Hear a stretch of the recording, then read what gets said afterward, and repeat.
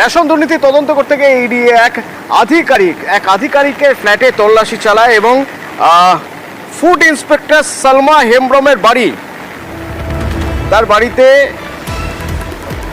Enforcement directorate, সেখান থেকে কি পাওয়া গেল? বাড়িতে তো ফুড ইন্সপেক্টর সালমা হেমব্রম নেই, তো কেনই বা তার বাড়িতে এনফোর্সমেন্ট ডিরেক্টরেট এবং কি পাওয়া গেল জানবো। আমার সঙ্গে রয়েছেন জিয়াউল।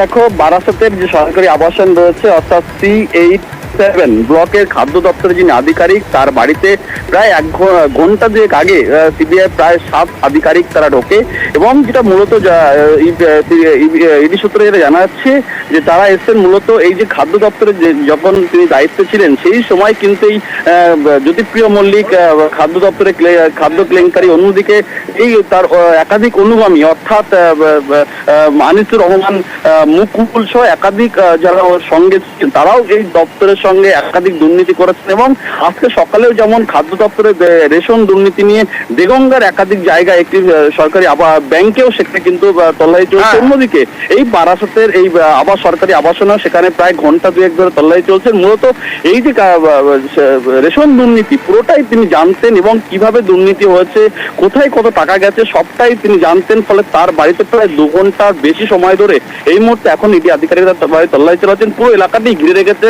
কেন্দ্রীয় বাহিনীর জওয়ানরা। অতনু, ধন্যবাদ চল। যেমন তুমি বলছিলে বেশ কয়েকটা জায়গায় আজ ইডি আধিকারিকরা তারা তদন্ত চালান, যেমন বারাসতের কথা তুমি বলছিলে, এক আধিকারিকের আবাসনে সেখানে কেন্দ্রীয় বাহিনী তারা তদন্ত চালাচ্ছেন এবং রাজ্যের 8 জায়গায়, তার মধ্যে এই যে দেগঙ্গার একটি সমবায় ব্যাংক, সেখানেও কেন্দ্রীয় বাহিনীকে সঙ্গে নিয়ে যাওয়া হয়। আজিজনগর দেগঙ্গার ধৃত আনিসুর রহমান, আলিফুর রহমানের যোগেই এই হানা বলে জানা যাচ্ছে। জ্যোতিপ্রিয় ঘনিষ্ঠ 2 ভাই এবং এই 2 ভাই লেনদেন হতো, এই 2 ভাইয়ের ব্যাংক অ্যাকাউন্টের সূত্রে লেনদেন এবং কল্যাণীর ছবি দেখাবো আপনাদের।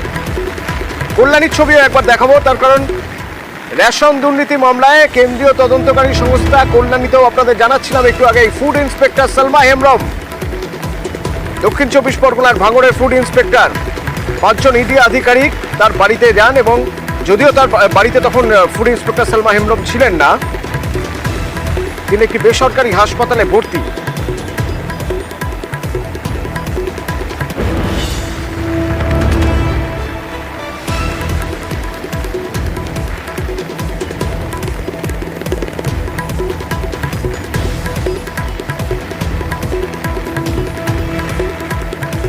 ওদিকে বাসন্তীতেও এনফোর্সমেন্ট ডিরেক্টরেটের তদন্তকারীরা রয়েছেন। সেখানে একটা চালের গোডাউন সেখানে রেড করা হয়েছে। অনুপ রয়েছেন আমার সঙ্গে সেখান থেকে। অনুপ, কি খবর রয়েছে, কেন এখানে তদন্তকারীরা কি খুঁজতে চাইছেন তারা?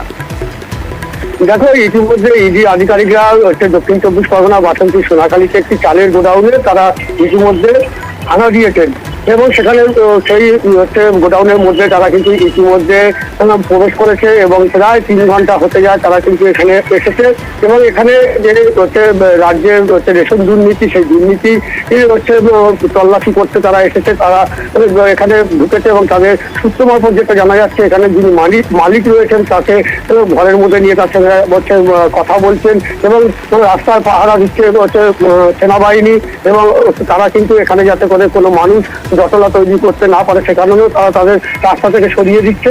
তবে যে রেশন দুর্নীতি ঘটনা ঘটেছে সেখানে রাজ্যের বিভিন্ন প্রান্তে যেমন একদিকে ইডি তল্লাশি শুরু করেছে এবং দক্ষিণ 24 পরগনা বাসন্তী সোনাখালীতেও একটি চালের গোডাউনে ইডি পক্ষ।